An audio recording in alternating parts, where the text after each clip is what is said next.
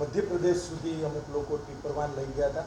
શું આખી હકીકત છે, બનાવ શું છે અને મહાનગરપાલિકા દ્વારા શું કાર્યવાહી છે?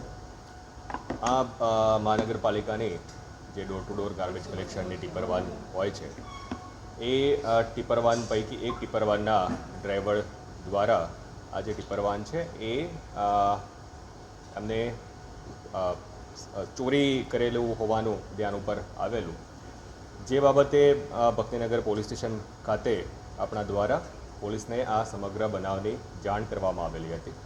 જે અન્વયે તપાસના અંતે ધ્યાન ઉપર આવેલું કે આ જે ડ્રાઈવર છે એ ડ્રાઈવર પોતાના વતન MP ખાતે જાબુઆ પાસેનું કોઈ ગામ છે, એ ગામ પાસે આ ટીપરવાન લઈને ગયેલા હતા અને ત્યાં સ્થાનિક જે પોલીસ છે એ પોલીસ દ્વારા આ જે ટીપરવાન છે એ ટીપરવાનને એમના કબજામાં લેવામાં આવેલ છે.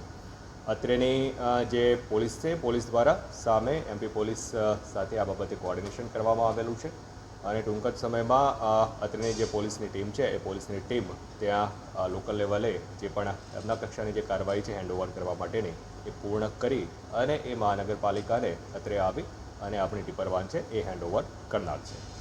લઈ જવા પાછળનું કંઈ કારણ, કંઈ પગાર મામલેનું આખું જે પ્રાથમિક તબક્કે ધ્યાન ઉપર આવેલું છે એ ડ્રાઈવર અને એમની જે એજન્સી છે એજન્સી વચ્ચેનો કંઈક એમનો વિવાદ હશે. એ વિવાદ અન્વયે જ જે તે ડ્રાઈવર દ્વારા આ પ્રકારનું કૃત્ય કરવામાં આવેલું છે. પરંતુ આ ધ્યાન ઉપર આવતા તરત જ પોલીસને એમાં મદદ મેળવવામાં આવેલી છે અને પોલીસ દ્વારા સામે પોલીસ સાથે સંકલન પણ કરી લેવામાં આવેલું છે.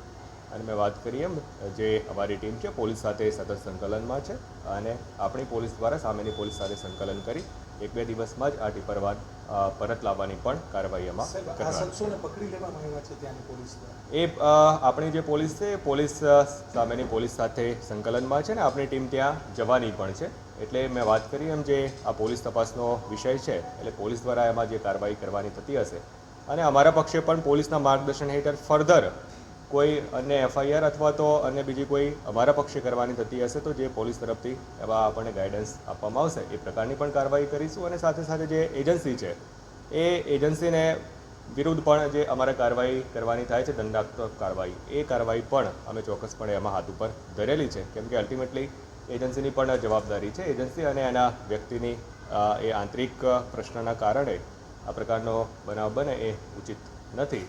એટલે પોલીસના માર્ગદર્શન હેઠળ જે ફોજદારી કાર્યવાહી આગળ ઉપર કરવાની થતી હશે એ આપણે કરીશું અને સાથે સાથે આ એજન્સી છે એ એજન્સીની સામે જે આપણે દંડાત્મક પેનલ્ટીઝ વગેરેની કાર્યવાહી કરવાની થતી હોય છે એ પણ આપણે કરી રહ્યા છીએ. સાહેબ, આમાં GPS સિસ્ટમ કોઈ વસ્તુ લગાડવામાં આવે છે કે કઈ રીતે, અથવા તો હવે લગાડવામાં આવશે કારણ કે આવી ઘટનાનો બને?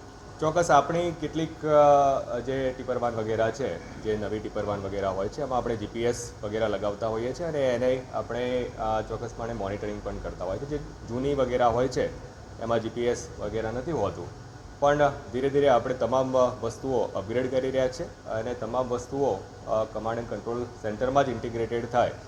ડેઇલી જે કામગીરી છે એ પણ કમાન્ડ એન્ડ કંટ્રોલ સેન્ટરમાં જ આપણે ઇન્ટિગ્રેટ થાય એ પ્રકારની તબક્કાવારની કામગીરી આપણે હાથ ઉપર ધરેલી છે ને એ જ પ્રમાણે આપણે કામગીરી પણ હાલમાં કરી રહ્યા છીએ.